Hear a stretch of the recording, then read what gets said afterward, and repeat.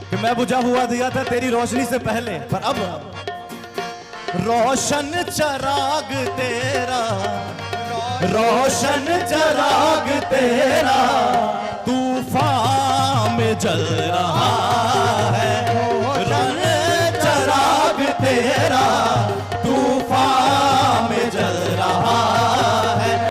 साध संगत जी, प्यार से कहना, सदगुरु की रहमत हम सब पर बरस रही है और आज ये सुंदर नज़ारा और हम सब का सौभाग्य हम सबको मिला। कहने को तो हमने कई बार इसका ज़िक्र सुना कि अच्छा भी करना है, रूहानी भी बनना है, प्रेम भी हम कहते हैं सबको करो। तो किसी बहन ने पूछा किसी महापुरुषों से कि कहना तो बड़ा आसान है कि सबसे प्यार करो, बहुत आसान है कि जिसको देखो उससे प्यार करो, जिसको जानते भी नहीं हो उससे प्यार करो, जिसने तुम्हारे साथ कुछ गलत किया है उससे भी प्यार करो। ये तो सिर्फ कहने की बात हो गई, करा कैसे जा सकता है? साथ संगत तर्क से जाएं, वितर्क से जाएं तो जवाब इसका हो ही नहीं सकता। दास भी कहेगा कि प्यार बिल्कुल नहीं करा जा सकता, पर फिर सदगुरु बताते हैं कि प्यार तो करना ही नहीं, प्यार तो होना है, प्यार बनना है, और फिर वो कर्म नहीं, वो मेरा स्वभाव हो जाता है। और साथ संगत बखूबी कुछ ऐसे दृश्य देखने को मिले जिनको देख के लगता है कि हम सब कितने भागों वाले हैं कि इस मिशन में जुड़ने का हमें मौका मिला। सदगुरु की कृपा से सदगुरु के चरणों में आने का मौका मिला, हमें इस सच के पैगाम को अपना तिलफुल योगदान देने का मौका मिला। हमें बड़ी ही खूबसूरती से बताया जा रहा है कि किस तरह से मानवता को रूहानियत की ज़रूरत है। और साथ संगत ऐसे ऐसे परोपकारों का जिक्र किया जाता है, बात की जाती है। तो दास के ख्याल में कई बार एक सवाल छोटी उम्र में कि अगर सिर्फ अच्छा इंसान होना काफ़ी है, अच्छी कर्म करना ही काफ़ी है, किसी की मदद करना ही काफ़ी है, किसी को नुकसान ना पहुंचाना ही काफ़ी है, तो फिर रूहानियत की क्या ज़रूरत है? फिर मुझे सेवा सिमरन सत्संग की क्या ज़रूरत है?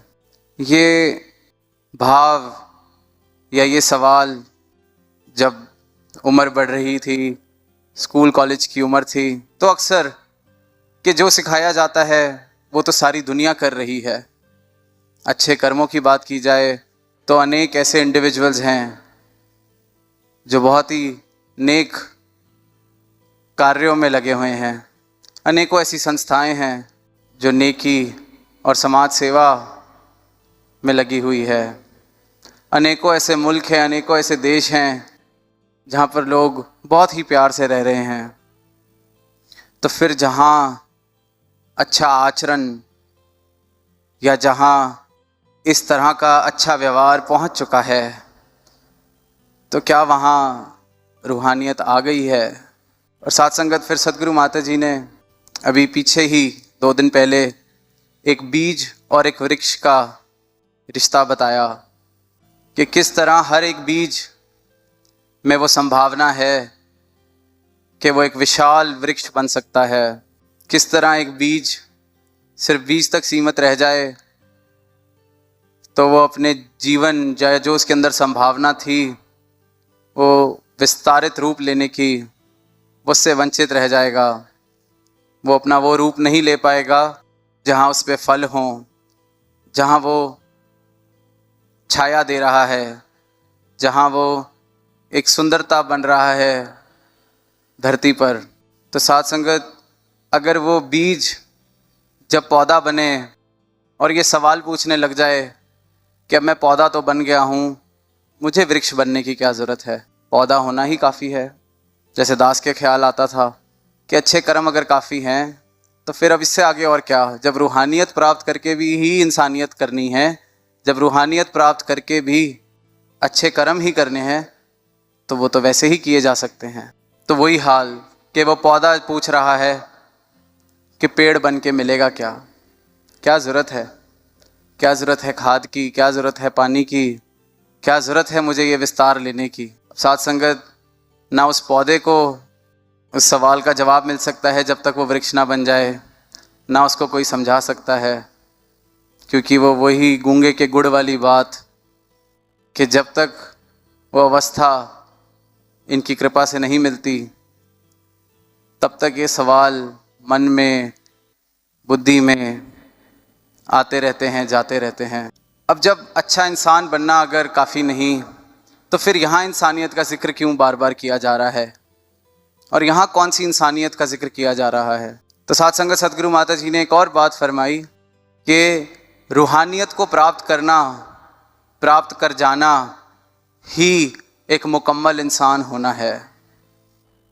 अगर इंसान बनकर मैं इस जीवन में आया हूँ, मुझे परमात्मा के द्वारा ये मौका मिला है, तो जब तक इस परमात्मा से इकमिक मैं नहीं हो जाता तब तक मैं अपने पर्पस को सर्व नहीं कर रहा हूँ।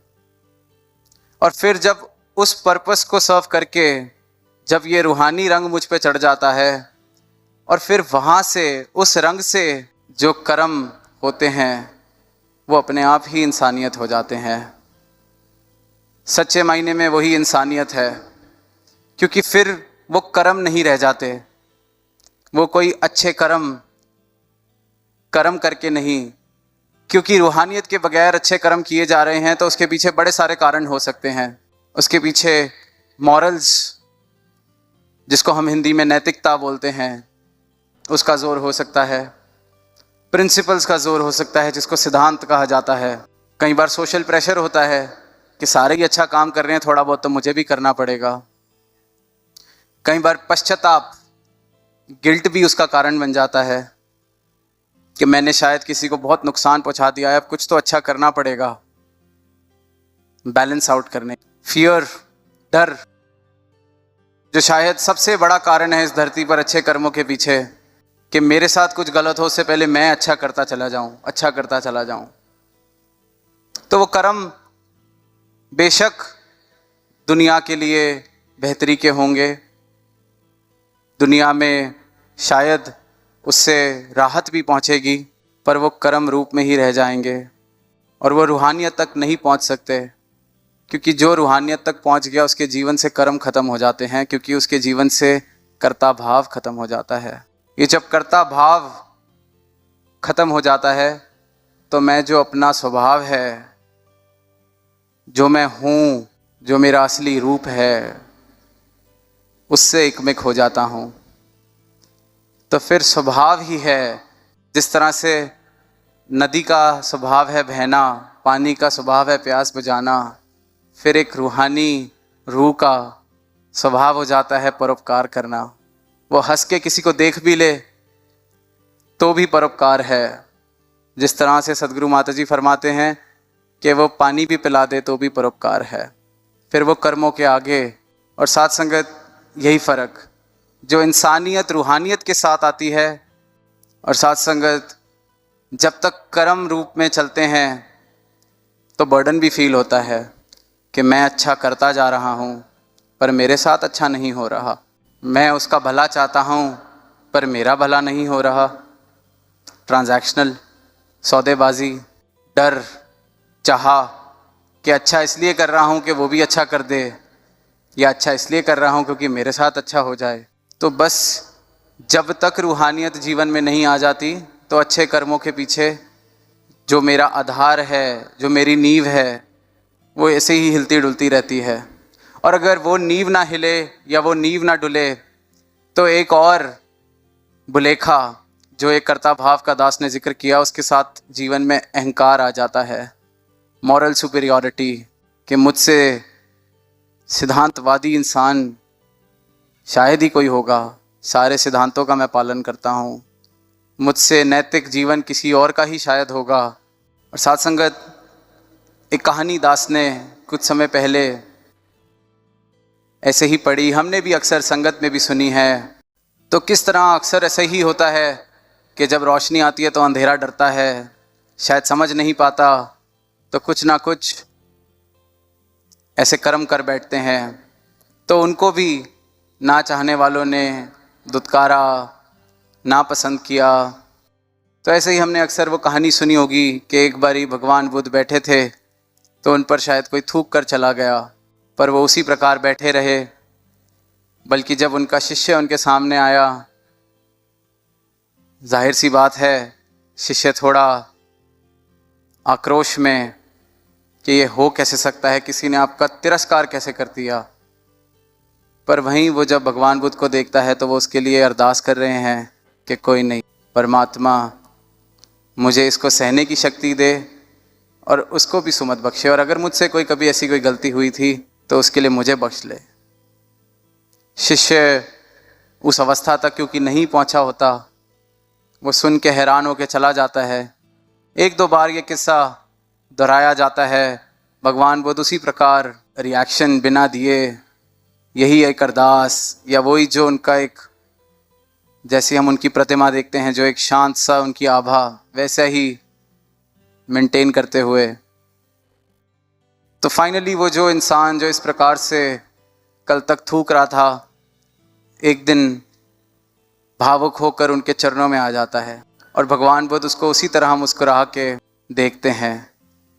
तो वो यही कहता है कि ये कैसे हो सकता है, मैं आपके साथ इस प्रकार से दुर्व्यवहार करता रहा और आज जब मैं आपके आगे आया तो आप मुझे मुस्कुरा कर देख रहे हैं, और जब मैं आपको इस तरह से आज आपके आगे समर्पित हो रहा हूँ तो आप मुझे गले भी लगा रहे हैं।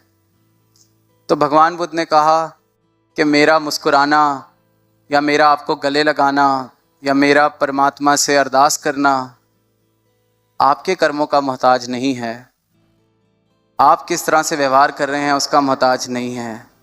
ये मेरा स्वभाव है, ये स्वभाव जो मुझे इस परम ज्ञान से मिला है। ये प्रेम जो बांटा जा रहा है, ये कोई एक्ट नहीं, ये कोई कर्म नहीं, ये स्वभाव का रूप ले चुका है।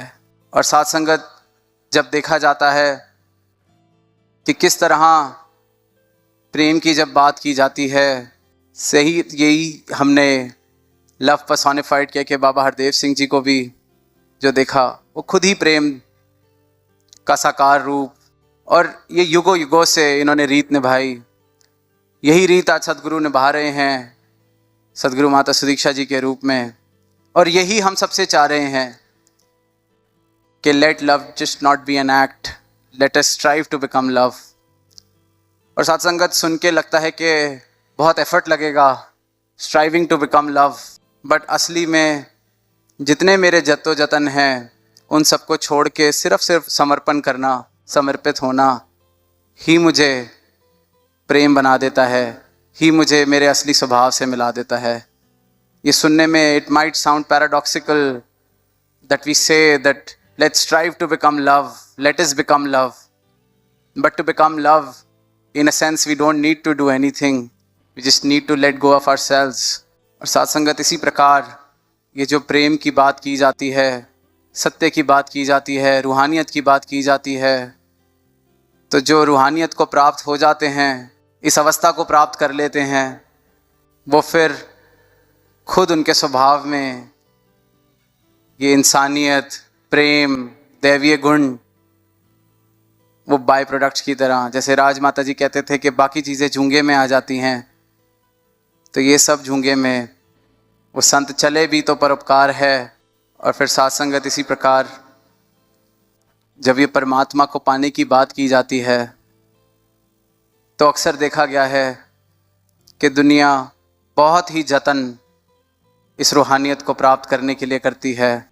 जैसे हमने देखा है कर्म कांड किस प्रकार से वो खुद को, शरीरों को इतनी पीड़ा देकर ये उम्मीद करना कि शायद ऐसे परमात्मा मिल जाएगा, शायद वैसे परमात्मा मिल जाएगा, लगे हुए हैं, जन्मों जन्मों से लगे हुए हैं।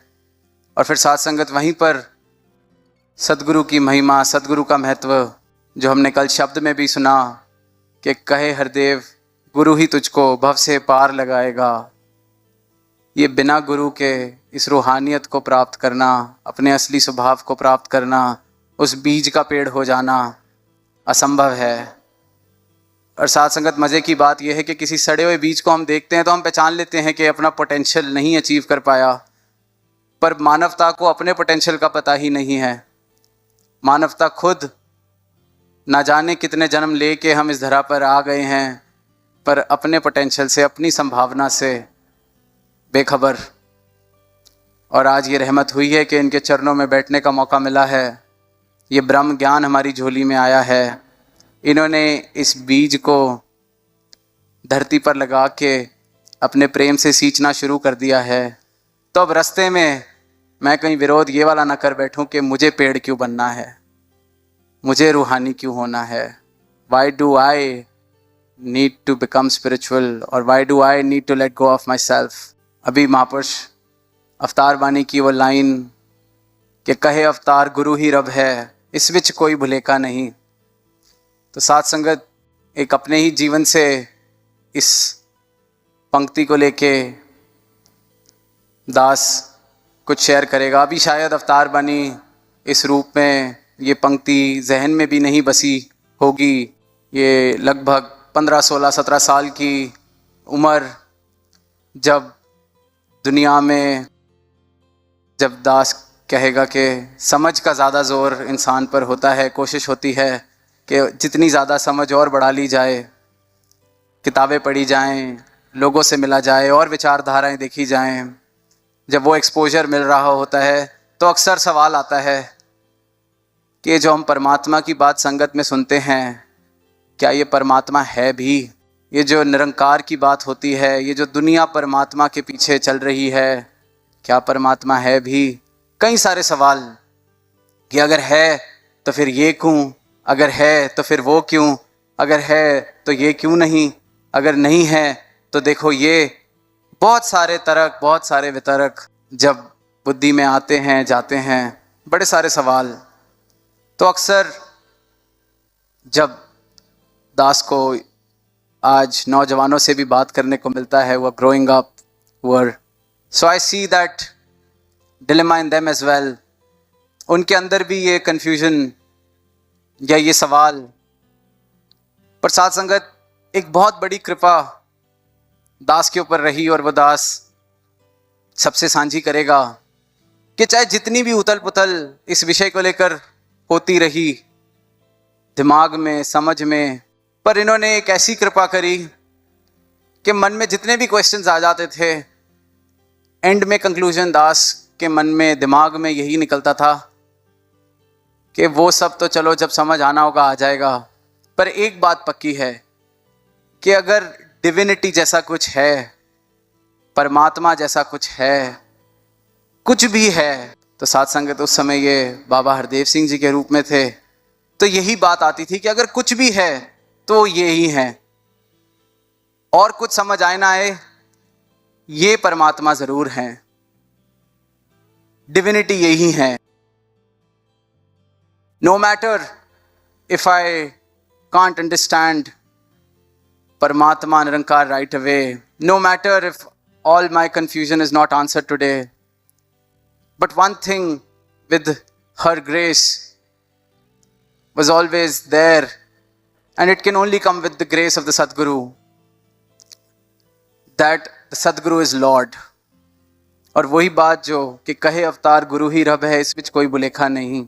और साथ संगत दास अक्सर ये बात कहता है कि अगर ये सबक पक्का है, if I am sure about this कि कहे अवतार गुरु ही रब है, फिर मेरे जीवन में जितने सवाल जवाब जो मर्जी आ जाए, ये मुझे हर चीज़ से निकाल के उस बीज से वृक्ष बना ही देंगे। और ये करते हैं, ये करते हैं। आप सब जो यहाँ मौजूद हैं, आप इस बात का प्रमाण हैं, प्रत्यक्ष हैं। और साथ संगत जैसे दास पहले भी दोहरा रहा था कि किस प्रकार मानवता, इंसान कितने अलग अलग रास्ते, कितने अलग अलग उपाय परमात्मा को पाने के लिए करता है। तो एक शायर ने एक शेर में लिखा है कि तुम ज़माने की राह से आए, वरना सीधा था रास्ता दिल का। अब साथ संगत जब दिल से दिल की बात होती है ये लाइनें तब भी बड़ी सत्य हैं। पर इंसान की भी दशा अगर हम देखें कि परमात्मा को चाहता है मिलना, पर राहें ज़माने की राह में सुख ढूंढ रहा है, चैन ढूंढ रहा है, आनंद ढूंढ रहा है। ज़माने के तौर तरीक़ों में सोचता है कि शायद ज़माने की नज़र में कुछ मुकाम हासिल कर लूँगा तो खुशी मिल जाएगी, सब कुछ मिल जाएगा। ज़माने की राहों में भटकता है और फिर कुछ चंद ऐसे खुशनसीब होते हैं जो भटक भी रहे होते हैं और फिर भटकते भटकते इनके चरणों में पहुंच जाते हैं। वो इनके चरणों के द्वारा परमात्मा तक पहुंचाता है। सिर्फ़ और सिर्फ़ कि नाम दी दौलत जेकर चाहो, सतगुरु दा सत्कार करो। शीश झुका के कहो सतगुरु नू, मेहर मेरी सरकार करो। बस बहुत ही सीधा रास्ता। और साथ संगत वहीं रिश्तों में भी इस बात को अगर देखें कि तुम ज़माने की राह से आए, वरना सीधा था रास्ता दिल का। दिल में कुछ हो, ज़रा सी बात अगर आ जाती है तो हम ढूंढते हैं कि कैसे किसी तक पहुंचाई जाए, कैसे नाराज़गी दिखाई जाए, कैसे दिल का हाल उस तक पहुंचाया जाए। हाल नहीं पहुंचता तो सोचते हैं कि और क्या जतन किए जाएं, वरना सीधा था रास्ता दिल का। खुद ही जाके बात कर लें, दिल से दिल तक पहुंच जाएं। और यही सीधा रास्ता सतगुरु दिखाते हैं। ये दिल से दिल इसीलिए जुड़ पाते हैं क्योंकि ये दिल की सीधी राह पर अपने गुरसिक को चलाते हैं। और परमात्मा ने साथ संगत कुछ भी कॉम्प्लिकेटेड नहीं बनाया है। नंकार has not created any complexity. All the roads that lead to Nankar and are created by Nankar are absolutely straight. अगर सीधे ही रास्ते पे चलना है तो फिर इसमें खास क्या है? ये मेरा अहंकार है जो कुछ खास कर कुछ खास बनकर परमात्मा तक पहुंचना चाहता है। उन ज़माने की राहों में फिर मैं भटक जाता हूँ, वरना सीधा था रास्ता दिल। तो साथ संगत, ये जो सीधी राह हम सबको मिली है, अति संकरी है, प्रेम गली जो इन्होंने दिखाई है कि प्रेम गली अति सांकरी जहाँ में दो ना समाए। तो इस संकरे पथ पर बस अपनी मैं को मिटाते चले जाएं, समर्पण करते चले जाएं, सद्गुरु की चरण धूल बनते चले जाएं। और फिर ये जो सीधा सांकरा पथ है बहुत ही आनंदमय, ये जो जीवन है बहुत ही आनंदमय बनता चला जाएगा। और साथ संगत दास, अंत में आज ये जो इस रूप में सद्गुरु ने सेवा ये जो बख्शी है, तो आज साथ संगत भी सामने, सद्गुरु माता जी भी साथ। तो दास अपने लिए एक अरदास आप सबके चरणों से, सद्गुरु के चरणों से मांगना चाहेगा कि जो सेवा बख्शी है ये निभानी भी आपने, करवानी भी आपने है। किस तरह से हमने, जो दास पहले जिक्र कर रहा था, इतिहास के पन्नों में देखा कि जो ये तप त्याग, ये जो कितने प्रेम से ये जो मिशन यहाँ तक पहुँचा है, ये जो परिवार इतना सुंदर विशाल रूप बना है। तो दास अपने लिए यही अरदास करता है कि अंत श्वासों तक जैसे आप जी चाहते हैं, आप जी की साथ संगत की सेवा इसी रूप में, जिस तरह से आप जी चाहते हैं, सर आँखों पर साथ संगत को ताउम्र बिठाकर दास निभा सके, कर सके, सबकी मुस्कुराहट का कारण बन सके। और सर्वप्रथम आप जी की मुस्कुराहट, आप जी को रिझाते हुए ये बाकी जो सेवाएं हैं निभें। क्योंकि आप जी मुस्कुरा रहे हैं तो संगत भी मुस्कुरा रही है, सारा विश्व मुस्कुरा रहा है, सारी दुनिया मुस्कुरा रही है। ये तौफीक भी आप जी ने बख्शनी है कि आप जी की मुस्कुराहट का कारण दास बन सके। और सब पहुंच भी गए इनकी कृपा से, और जो नहीं पहुंच पाए इन्होंने खुद ही उनकी हाज़िरी कबूल करी। और साथ संगत आज इस रूहानी आनंद में 4 दिन कहाँ बीत गए। और जब भी गाड़ी में वापस जाते हैं तो अच्छा, अब तो समागम ख़त्म होने वाला है, 1 दिन और रह गया है, 2 दिन और रह गए हैं, अब अगला क्या होगा, अगला समागम कब आएगा। तो साथ संगत, ये तो इनकी रहमतों का ये जो बारिश है ये तो होती रहेगी, पर साथ ही इन्होंने एक महत्वपूर्ण शिक्षा हमें जो दी है वो स्थिरता भी दी है कि बिल्कुल आनंद लेना है, हर चीज़ का लेना है, पर साथ ही स्थिर। ये जो मन है ये कभी आज में अभी में रहना इसको अच्छा नहीं लगता, क्योंकि इन्होंने एक बहुत बड़ा सबक जो हमें दिया है कि ये जो निरंकार के साथ एकमिक हुआ जा सकता है, अगर वो सिर्फ अभी हुआ जा सकता है। इस मोमेंट में अगर मैं मुक्त नहीं हूँ, इस मोमेंट में, इस पल में अगर मैं इस परमात्मा के साथ एकमिक नहीं हूँ, तो अगले पल का मैं कुछ कह नहीं सकता। अगर ये ब्रह्म ज्ञान जीवन में इस पल में नहीं बसा हुआ तो आने वाले पलों की कोई गारंटी नहीं है। जो शहंशाह जी ने अवतार बानी में लिखा है कि बीते नू ललचाइयाँ नजरा नाल तकाना माया है। मैं पीछे मुड़ मुड़ के ही देखता जाऊं कि पिछला दिन रैली का बड़ा अच्छा था, पर अब वो माया का रूप ना बन जाए कहीं मेरे लिए। आंधे समय दे सुपने ले ले, वक्त बिताना माया है। अब मैं आगे का देखने लग जाऊं कि अच्छा, जनवरी में महाराष्ट्र वाला समागम भी आएगा, उसने भी आना है साथ संगत, और आते रहना है। और इनकी रहनुमाई में हमने बहुत सारे समागम आनंद लेते रहना है। लेकिन इस आध्यात्मिकता का जो ये ज्ञान, ये जो सत्य का ज्ञान, ये जो परमात्मा से एकमिक होने की अवस्था मिली है, ये जो एहसास, ये बने रहे। क्योंकि अगर ये इस पल में बना हुआ है, इस पल में मैं अगर परमात्मा के साथ एकमिक हूँ, तो वाकई मैं मुक्त हूँ।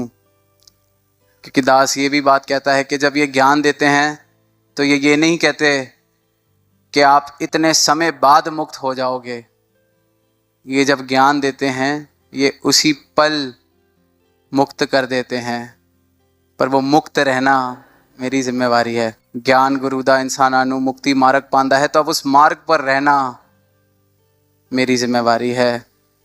और मेरी जिम्मेवारी, जब दास कहता है बस में हमारे कुछ नहीं है, बस जिम्मेवारी इतनी कि जब ये शीश झुका दिया है इनके चरणों में, तो उसको बस झुका रहने दें, बाकी काम इनका इन्होंने कर देना है। साथ संगत जी प्यार से कहें।